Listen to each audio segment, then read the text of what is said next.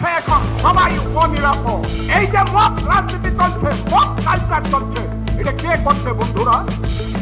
আমি কিন্তু মুক্তিযোদ্ধা হিসাবে কথা বলছি। যে লোকটার আঙ্গুলে হেলনে দেশে মুক্তিযুদ্ধ হয়েছে, সেই লোকটার বাড়ি আগুন দিয়ে পুড়ে দিলেন।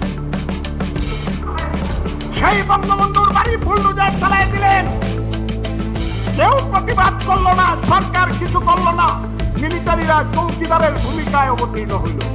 এই গভর্নমেন্ট এসেছে বলে ওরা আরেকটা ফ্যাসিবাদ সরকারের রূপ নিবে, সেই সুযোগ হতে দেয়া যাবে না। জুলাইটা কারো বাপের না, জুলাইটা এনসিপির না, জুলাইটা ডক্টর ইউনূসের না, জুলাইটা শুধু জুলাই যোদ্ধাদের। গত মাসে ঘোষণা করার কথা ছিল, এখন আমরা জুলাই 1 তারিখে দাঁড়িয়ে এখন এখানে কথা বলতে হচ্ছে।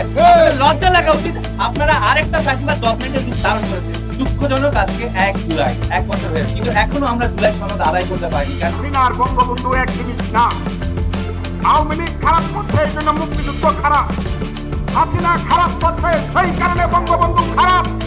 এই কথা বলে যারা মুক্তিযুদ্ধকে, বঙ্গবন্ধুকে বাউট করে সংবিধান, হায় হায়, আলী রিয়াজ নামে একটা মানুষ হয়েছে, এ আমেরিকায় মাস্টারি করে, এ আমাদের চেয়ে 10 বছরের ছোট।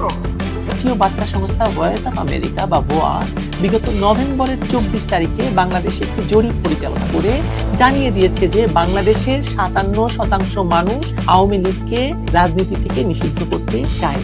ভোয়ার মতো একটি প্রতিষ্ঠান এরকম একটি জরিপ এমনি করেছে বলে মনে করার কোনো কারণ নেই। জাতিসংঘের মানবাধিকার বিষয়ক হাই কমিশনার ভলকার তুর্ক বলেছেন যে বাংলাদেশে রাজনৈতিক দল নিষিদ্ধ হওয়ার আইন পরিবর্তিত হওয়ায় জাতিসংঘ উদ্বিগ্ন।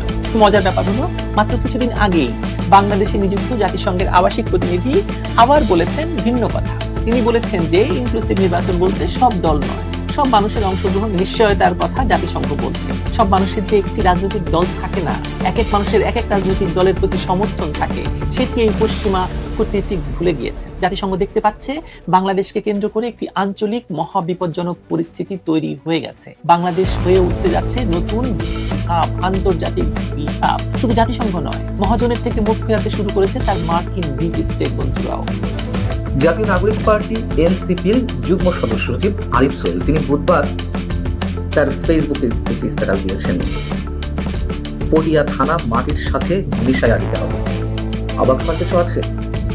যেখানে সেনাবাহিনীর ক্যান্টনমেন্ট গুড়িয়ে দেওয়ার, মাটির সাথে মিশিয়ে দেওয়ার হুমকি আসে, প্রকাশ্যে এসব কথা বলা হয় দিনের পর দিন, বিপরীতে কোনো ব্যবস্থা নেওয়া হয় না, সেখানে তো থানা কোন ছাড়, একেবারে মামুলি বিষয় মাটির সঙ্গে মিশিয়ে দেওয়া, তাই না, অনেকের পক্ষে, এবং সেই সত্য নিশ্চয় তাদের আছে।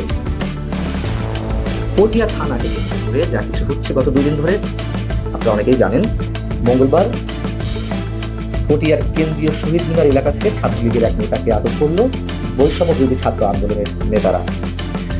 আটক করে থানায় নিয়ে গেল, তাকে অ্যারেস্ট করতে হবে দাবি জানানো হলো।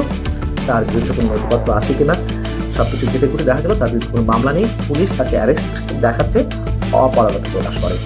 কেন অপারগতা প্রকাশ করে, কেন তাকে আটক করা হলো না? এবং থানার মধ্যেই তারা একটি দল নিষিদ্ধ করার কি আমি বস্তু রাখতে চাই, তারা নিষিদ্ধ করা হয়েছে। এনসিপি যারা করতেছে, এরা একসময় ছাত্রলীগ করছে। অল্প অল্প ছেলে মেয়েরা যদি আজকে মনে করে পুরো বাংলাদেশে তারা তো প্রকার সঙ্গে বাস করছে, তারা নিষিদ্ধ করে দেবে, পার্টি হিসেবে ভাঙচুর করবে। সারা বাংলাদেশের জনগণ কি সব বোকা? জাতীয় পার্টি শিকড় অনেক গভীরে। প্রত্যেকটা মানুষ যারা ফেসবুকে লাল করেছিল তাদের জীবন লাল করে বলবে, ধ্বংস করে বলবে। বাংলাদেশের 4 থেকে 5 কোটি মা মনে করে আওয়ামী লীগ আসলে তাদের সন্তানদেরকে মেরে ফেলা হবে। আওয়ামী লীগ যাতে আর রাজনীতিতে না আসতে পারে। প্রায় 10 মাস কেউ কেউ ধারণা করেছিলেন তিনি পালিয়েছেন, আবার কেউ কেউ বলেছেন তিনি রাজনীতি ছেড়েছেন। কিন্তু এবার মধ্যরাতে হঠাৎই প্রকাশ্যে ভিডিও বার্তা দিলেন সেই পুরনো সুরে। ক্যাঙ্গারু কোড দেখিয়ে প্রহসন করছে, আমরা গুড়িয়ে দেব এবং এর বিরুদ্ধে আমাদের প্রতিরোধ চলবে। আমরা পালাতে জানি না, আমরা এই দেশে জন্মি, পালাবো না, প্রয়োজনে ফখরুল সাহেবের বাসায় গিয়ে উঠবো।